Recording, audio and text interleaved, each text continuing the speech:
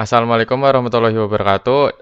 Di sini kami dari kelompok 3, Statistika Probabilitas ingin mempresentasikan analisis pengaruh preferensi perkuliahan online terhadap hasil akademik mahasiswa Fasilkom Unsika. Di sini kami beranggotakan 4 kelompok, yaitu ada Adelina Rosmalina, Ahmad Zulkarnain, Chandra Ibnu Sulaiman, dan saya sendiri yaitu Rangga Almas Akan Putra Pratama. Oke, boleh di next. Sini ada agenda. Yang pertama itu ada alasan kami mengambil judul. Terus ada identifikasi permasalahan. Yang ketiga ada tujuan penelitian. Lalu ada sumber data dan alat pengumpul. Kemudian ada variabel yang akan digunakan. Yang keenam ada uji statistik. Dan yang terakhir ada analisis data deskriptif dan inferensial. Oke, boleh di next. Nah, alasan kami mengambil judul ini, yang pertama itu penelitian ini itu dapat menjadi bahan evaluasi bagi fakultas dalam menentukan kebijakan perkuliahan ke depan. Yang kedua, topik ini relevan dengan perkembangan teknologi pendidikan dan tren digital learning saat ini. Yang ketiga, kelompok kami memiliki minat di bidang riset sosial akademik yang bermanfaat bagi lingkungan kampus dan sebagai pengalaman riset berbasis data. Oke, next. Kemudian ada identifikasi permasalahan. Hingga saat ini itu belum terdapat kejelasan atau data yang memadai mengenai sejauh mana kecenderungan mahasiswa terhadap perkuliahan online memberikan pengaruh terhadap pencapaian hasil akademik mereka, khususnya dalam bentuk indeks prestasi kumulatif atau IPK. Hal ini itu menjadi semakin relevan untuk diteliti mengingat perkembangan teknologi pembelajaran digital yang terus mengalami kemajuan pesat, serta semakin meluasnya penerapan metode perkuliahan daring di lingkungan Fakultas Ilmu Komputer atau Fasilkom Universitas Singapura Bangsa Karawang ini. Oleh karena itu, diperlukan kajian yang lebih mendalam untuk memahami hubungan antara preferensi terhadap sistem pembelajaran online dan dampaknya terhadap prestasi akademik mahasiswa di era digital ini. Nah, tujuan penelitian kami di sini itu adalah untuk menganalisis dan mengetahui apakah terdapat pengaruh yang signifikan antara preferensi mahasiswa terhadap perkuliahan online dengan hasil akademik mereka, yang diukur melalui indeks prestasi kumulatif, khususnya pada mahasiswa Fakultas Ilmu Komputer di Universitas Singapura Bangsa ini. Penelitian ini juga bertujuan untuk memahami sejauh mana metode pembelajaran daring dapat mendukung atau menghambat pencapaian akademik mahasiswa di tengah perkembangan teknologi pendidikan yang semakin pesat. Kemudian ada sumber data dan alat pengumpul. Sumber data yang kami gunakan adalah responden, mahasiswa aktif Fakultas Ilmu Komputer Universitas Singapura Bangsa, yang mana data digunakan adalah data primer dengan jumlah total responden ada 45. Jenis data yang kami gunakan adalah rasio dengan penjabaran variabel. Ada variabel X atau bebas, preferensi mahasiswa terhadap perkuliahan online. Dinyatakan dalam persen, dikonversi menjadi desimal. Kemudian ada variabel Y atau terikat. Indeks prestasi kumulatif. Nah, kemudian ada variabel yang digunakan. Beberapa contoh variabel yang kami gunakan adalah berapa persen preferensi terhadap perkuliahan online. Jenis data rasio. Penjelasannya, variabel ini mengukur preferensi dalam bentuk persentase 0 sampai 100%. Skala rasio memiliki semua karakteristik skala interval ditambah dengan adanya titik 0 mutlak yang bermakna. Nilai 0% berarti tidak ada preferensi sama sekali terhadap perkuliahan online. Dan kita bisa mengatakan bahwa preferensi 50% adalah setengah dari preferensi 100%. Perbandingan atau rasio antar nilai menjadi bermakna. Akan digunakan sebagai variabel dependent atau independent, tergantung pertanyaan penelitian. Misalnya, untuk melihat apakah preferensi ini berhubungan dengan IPK atau jam belajar online. Yang kedua ada berapa IPK saat ini. Jenis datanya yaitu adalah interval. Sering diperlakukan sebagai rasio dalam banyak analisis statistika. Penjelasannya yaitu indeks prestasi kumulatif adalah ukuran numerik dari kinerja akademik. Skala IPK yaitu ada 0 sampai 4, memiliki urutan yang jelas dan interval yang sama antar nilai. Misalnya, selisih antara IPK 3 dan 3,5 sama dengan selisih antara 2,5 dan 3. Meskipun titik nol pada IPK ada, interpretasinya sebagai tidak adanya kemampuan akademik sama sekali. Bisa diperdebatkan, sehingga sering dikategorikan sebagai interval. Namun, dalam praktik analisis statistik, IPK sering diperlakukan seolah-olah rasio karena perbandingan seperti IPK lebih tinggi sering dilakukan dan analisis parametrik umum digunakan. Oke, yang selanjutnya ini ada uji statistik akan dijelaskan oleh rekan saya. Oke, pada uji statistik kali ini kita coba dulu sebelum masuk ke uji statistik inferensial, kita akan mencoba dulu terlebih dahulu statistik deskriptif untuk penjabaran. Jadi berikut ini ada dataset yang kami gunakan. Di sini juga kami menggunakan Excel sebagai media hitung manual. Bisa dilihat di sini ada waktunya, nama, NPM, prodi, terus preferensi terhadap kuliah. Yang tadi preferensi itu maksudnya condong ya antara ke kuliah online-nya itu sendiri. Juga ada IPK. Nah, selanjutnya ini adalah preferensi total. Jadi berdasarkan dataset yang kita dapatkan diperoleh total preferensi dengan total nilai 2.238 dan IPK dengan total 171,997. Juga berikut juga hasil dari rata-ratanya, median dan modus. Untuk rata-ratanya preferensi berada di 49,77333, sedangkan IPK rata-ratanya ada di 3,82. Median preferensinya untuk bagian preferensi nilainya 50, IPK mediannya juga nilainya 3,85. Untuk modus bagian preferensi mendapatkan nilai 50 dan IPK 3,85. Nah, baik, selanjutnya ini ada uji statistik untuk menghitung frekuensi. Dapat dilihat di sini terdapat, pertama kita menggunakan rumus Sturges, lalu menghitung panjang kelasnya yang didapat adalah 13. Juga di bawahnya terdapat rank preferensi, yang mana hasilnya itu data minimumnya itu 10, data maksimumnya itu 100, ranknya itu kurang lebih 90 ya. Kurang lebihnya seperti itu. Untuk frekuensinya hasilnya kayak itu, totalnya juga pas 45, kurang lebih sama ya isinya. Seperti ini bentuk dari hasil Excel. Berikut penjelasan lebih lanjutnya. Oke, jadi untuk frekuensi preferensi online ada berikut data ringkasannya. Pertama, minimum preferensinya kita dapat 10% dan maksimum preferensinya itu 100%. Ranknya itu 90, jumlah data yaitu 45 responden dengan jumlah kelas yang tadi sudah dihitung 7 kelas menggunakan rumus Sturges, dan panjang kelasnya adalah 13. Jadi untuk interpretasi langsung aja salah satu-satu ya. Sebagian untuk preferensi online sendiri, sebagian besar mahasiswa yaitu 57,8% memiliki preferensi online pada rentang 40 sampai 54%. Lalu sebagian kecil sekitar 2% sangat tidak suka online gitu. Atau ya sekitar 10 sampai 24%, atau sangat suka, yaitu nilainya 85 sampai 100% dia dengan pemulihan online. Ini menunjukkan kalau preferensi online itu cenderung sedang atau netral terhadap perkuliahan online. Untuk bagian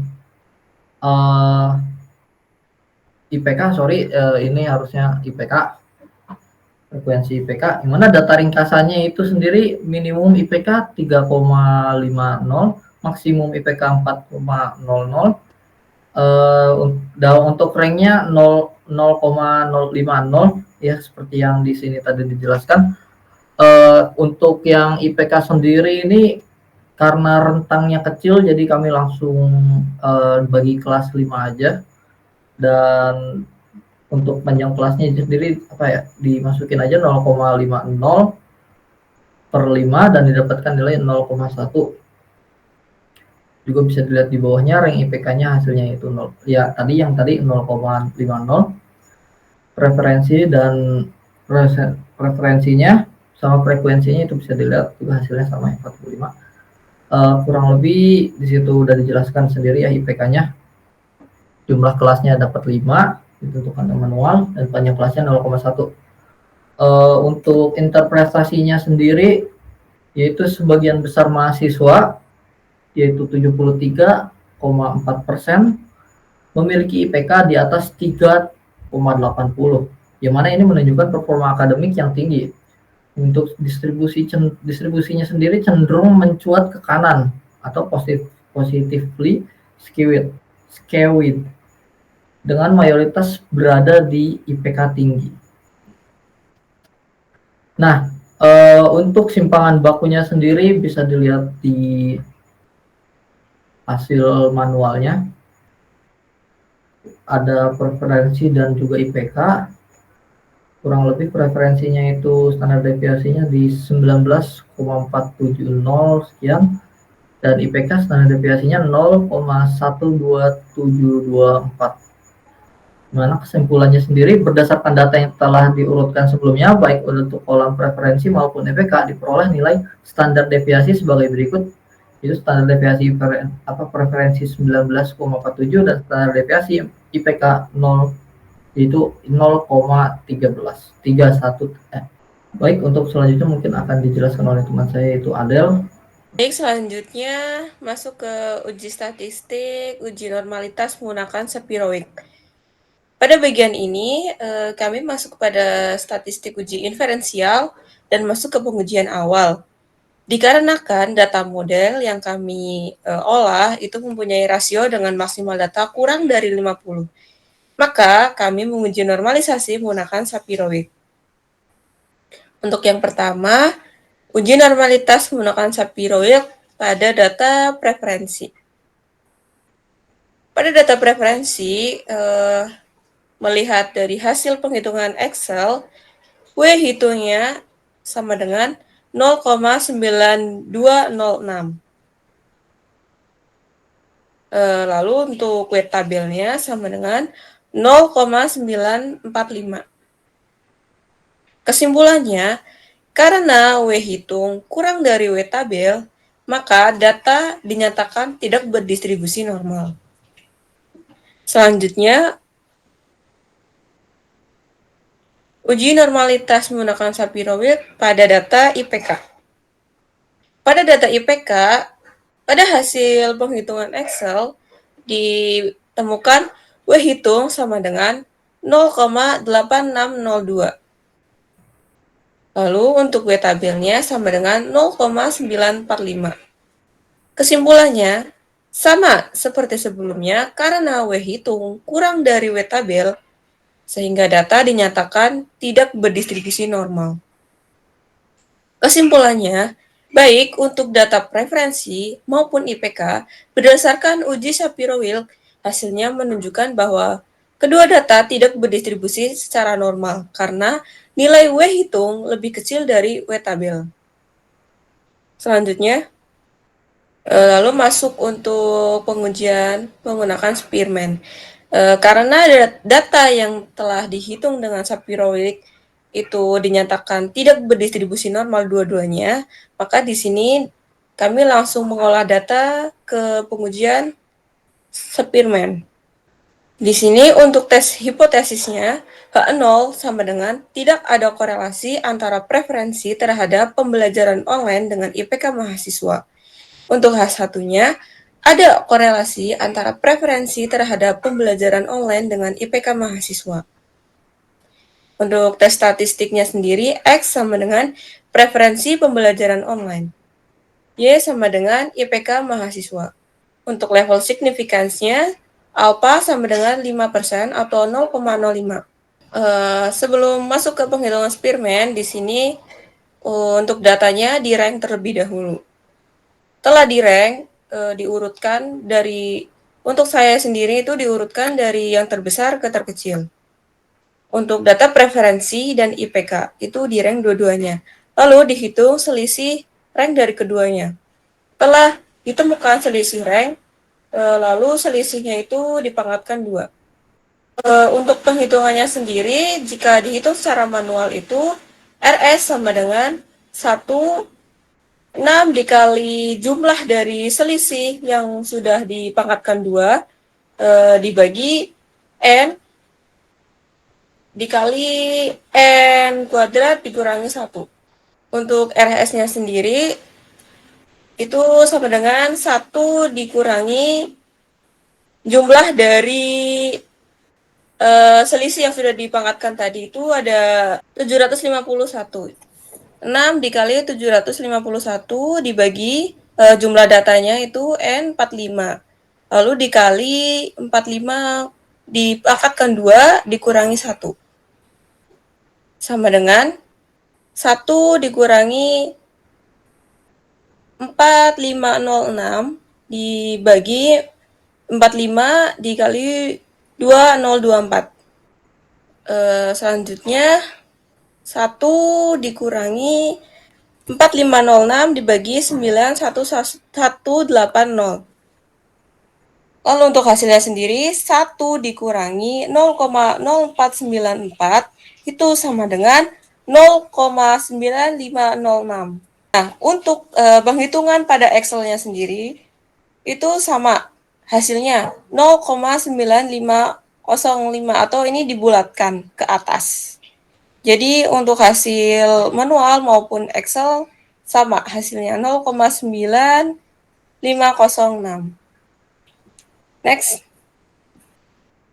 Lalu di sini ada menentukan p-value-nya di mana menggunakan rumus tes statistik Spearman itu T sama dengan RS akar kuadrat dari N atau jumlah data dikurangi 2 dibagi 1 dikurangi hasil RS tadi, hasil Spearman. Masukkan nilainya untuk T tadi RS 0,9506 dikali akar dari 45 dikurangi 2 dibagi 1 dikurangi 0,9506 dikuadratkan. Lalu di sini T sama dengan 0,9506 dikali 45 dikurangi 2 itu 43. Lalu dibagi 1 dikurangi 0,9036. Untuk hasilnya langsung saja ke hasilnya. Di sini 0,9506 dikali akar dari 446,27 sama dengan 0,9506 dikali 21,12 itu sama dengan 20,07. P-value di sini menggunakan P-value 2 sisi. Jadi untuk hasil T ini tadi sangat besar. Jadi untuk hasilnya itu 0,00 itu tergolong sangat kecil. Jadi untuk tes kriterianya di mana p-value di sini kurang dari alpha yang tadi sudah disebutkan alpanya itu 0,05 atau 5%. Jadi kesimpulannya itu menolak H0.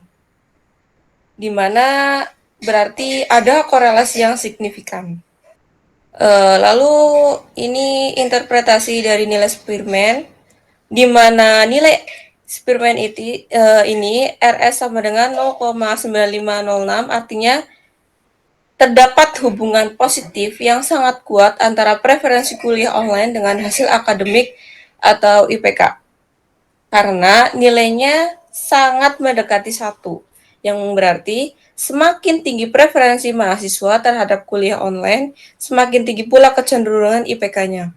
Atau sebaliknya, semakin tidak suka online, semakin cenderung IPK-nya lebih rendah.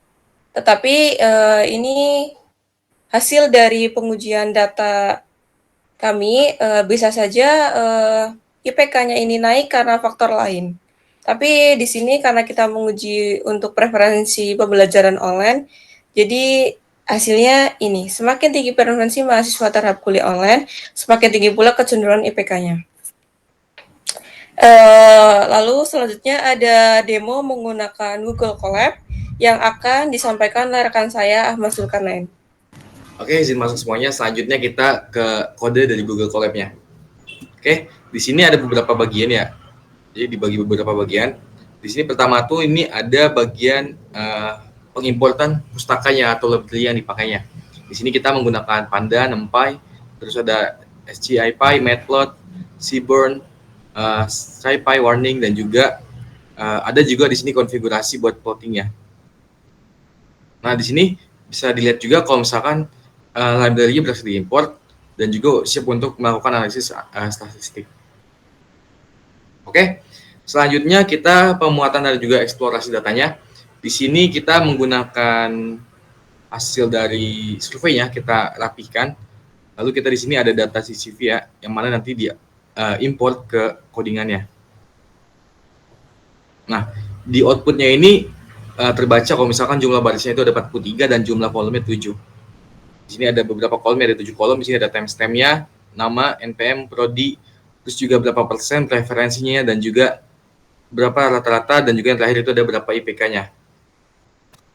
Nah, ini untuk 5 baris pertamanya. Oke, selanjutnya yang kedua ini ada pre-processing datanya. Nah, di sini kita bisa lihat ya, ini merupakan clean data ya, pembersihan data untuk penghapusan data yang kurang relevan ataupun tidak bisa digunakan. Cuman di sini dari 43 baris 43 data itu nggak ada yang dihapus ya, karena nggak ada yang missing values-nya, jadi semuanya digunakan with. Nah, semuanya digunakan.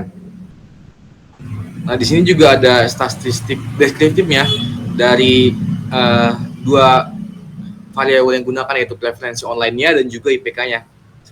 Seperti misalkan di sini ada account-nya atau perhitungan ada berapa, terus ada mean, deviasi minimal, terus juga 25%-nya, 50%-nya, 75%-nya, dan juga maksimalnya. Oke, lanjut kita ke visualisasi data awalnya aja. Di sini kita langsung memvisualisasikan ya buat eksplorasi datanya. Oke, bisa lihat di sini buat di sini pertama itu ada table ya, ada table ini dari distribusi preferensi perkuliahan online-nya. Bisa dilihat seperti ini. Untuk preferensi online-nya itu dia seperti ini ya. Jadi untuk yang di angka 40% atau 0,4 itu dia ada di 5, dan di yang setengah atau di 0,5 itu dia ada sekitar 20-an. Tentunya seperti ini. Terus buat distribusi IPK mahasiswa ini lebih beragam ya dibandingkan yang tadi di preferensinya. Di sini bisa dilihat dari angka range 3 sampai 5 sampai ke 4. Bisa dilihat kalau misalkan IPK-nya itu banyak itu frekuensi di angka 3,8 sampai dengan 4. Di sini juga ada box plot-nya, referensi online ya, dan juga box plot dari IPK-nya. Oke, lanjut kita melakukan uji normalitas datanya ya. Kita di sini menggunakan Shapiro-Wilk seperti tadi di perhitungan normal juga. Nah, untuk hasilnya output-nya seperti ini ya. Di sini disebutkan kalau misalkan statistiknya itu 0,9135, p-value-nya itu 0,03, yang mana jadi menghasilkan kesimpulan kalau misalkan datanya itu tidak normal. Terus juga selanjutnya uji normalitas dari IPK ya. IPK juga di sini disebutkan kalau misalkan datanya tidak normal karena kurang juga dari alfanya. Lanjut ke yang 5 itu ada visualisasi dari normalitasnya atau QQ plotnya. Nah, ini untuk hasil kayak gini ya. Kalau misalkan diinterpretasikan untuk QQ plotnya ini, jadi jika titik-titiknya itu mengikuti garis diagonal, data itu berdistribusi normal. Kalau misalkan jika titik-titiknya itu menyimpang dari garis diagonal, maka datanya itu tidak berdistribusi normal. Terus juga penyimpangan di ujung-ujung juga masih dapat ditoleransi. Nah, bisa kita lihat di sini ya, buat titik-titiknya ini masih menyimpang dari garis diagonalnya, yang mana menyebutkan atau dapat diinterpretasikan kalau misalkan datanya ini tidak berdistribusi normal, baik itu di preferensi perkuliahan online-nya dan juga di IPK mahasiswanya. Karena dia tidak rapi lah datanya itu, tidak lurus mengikuti garis diagonal. Di IPK juga kayak gini, dia tidak terlalu mengikuti IPK-nya atau tidak terlalu mengikuti garis diagonalnya, sehingga keduanya tuh tidak berdistribusi normal. Oke, lanjut. Yang keenam, selanjutnya kita akan melakukan analisis korelasinya. Nah, untuk analisis korelasinya kita di sini menggunakan Spearman juga ya. Kita mungkin langsung ke output aja. Nah, di sini ya, untuk outputnya itu, untuk koefisien korelasinya atau P-nya itu min 0,299445 sekian, terus juga p-value-nya itu 0,051 sekian, yang mana menjelaskan kalau misalkan ini signifikasinya itu tidak signifikan. Juga untuk interpretasinya itu korelasinya ini lemah dan juga negatif. Lalu buat kesimpulan dari analisis korelasinya di sini, nggak ada hubungan yang signifikan gitu antara preferensi perkuliahan online-nya dengan IPK-nya. Terus juga untuk koefisien Spearman-nya itu dia min 0,2994. Lanjut yang ketujuh, kita ada visualisasi dari hubungan antar variabelnya. Bisa dilihat di sini. Nah, ini ada scatter plot dengan garis regresi linear ya, seperti ini. Terus ada scatter plot sederhananya untuk preferensi online. Terus di sini kita juga ada hex bin plot ya, atau plot secara madu. Di sini density-nya bisa dilihat. Terus di sini juga ada residual plotnya.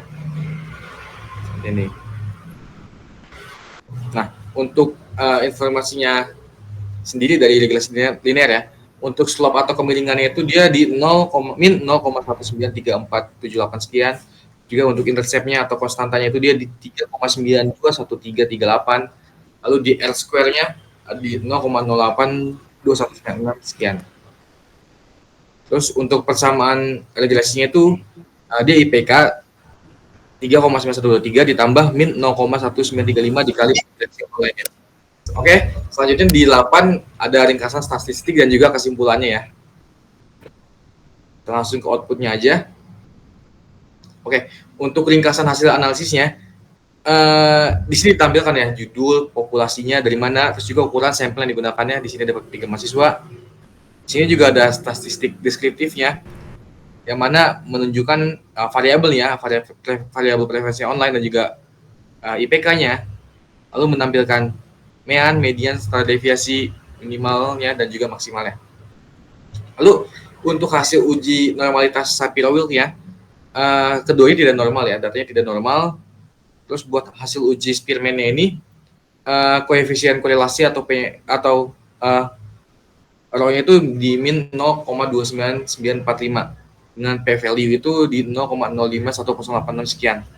Lalu untuk tingkat signifikasi atau alfanya itu ada di 0,05 ya, atau itu. Terus buat keputusannya di sini tuh H0 diterima. Buat interpretasinya kekuatan korelasinya itu lemah, ada korelasinya negatif, terus juga tidak ada hubungan yang signifikan gitu secara statistik. Buat kesimpulan penelitiannya tidak terdapat hubungan yang signifikan antara preferensi perkuliahan online dengan IPK mahasiswa. Preferensi perkuliahan online tidak juga mempengaruhi hasil akademik IPK secara statistik. Lalu buat kekuatan hubungannya di sini tuh sebenarnya masih lemah ya, karena rho-nya tuh di min 0,2994. Karena sampelnya juga masih 43, masih musika. Untuk kelanjutannya sebenarnya bisa diperbesar lagi ukuran sampelnya ya untuk meningkatkan validitas hasilnya. Terus juga bisa ditambahkan variabel kontrol baik itu semesternya, usia, jenis kelamin dan lain-lainnya. Terus yang ketiga itu bisa juga melakukan analisis program studi juga untuk melihat perbedaan. Atau bisa juga yang paling ini ada menggunakan mixed methods ya. Jadi gabungan antara kualitatif dan juga kuantitatif. Lalu yang kelima terkait itu lakukan analisis longitudinal untuk melihat perubahan dari waktu ke waktu. Ya mungkin untuk Google Colab-nya seperti itu, saya kembalikan ke moderator. Oke, mungkin cukup sekian dari apa yang kami sampaikan. Kurang lebihnya mohon maaf. Sekian, wassalamualaikum warahmatullahi wabarakatuh.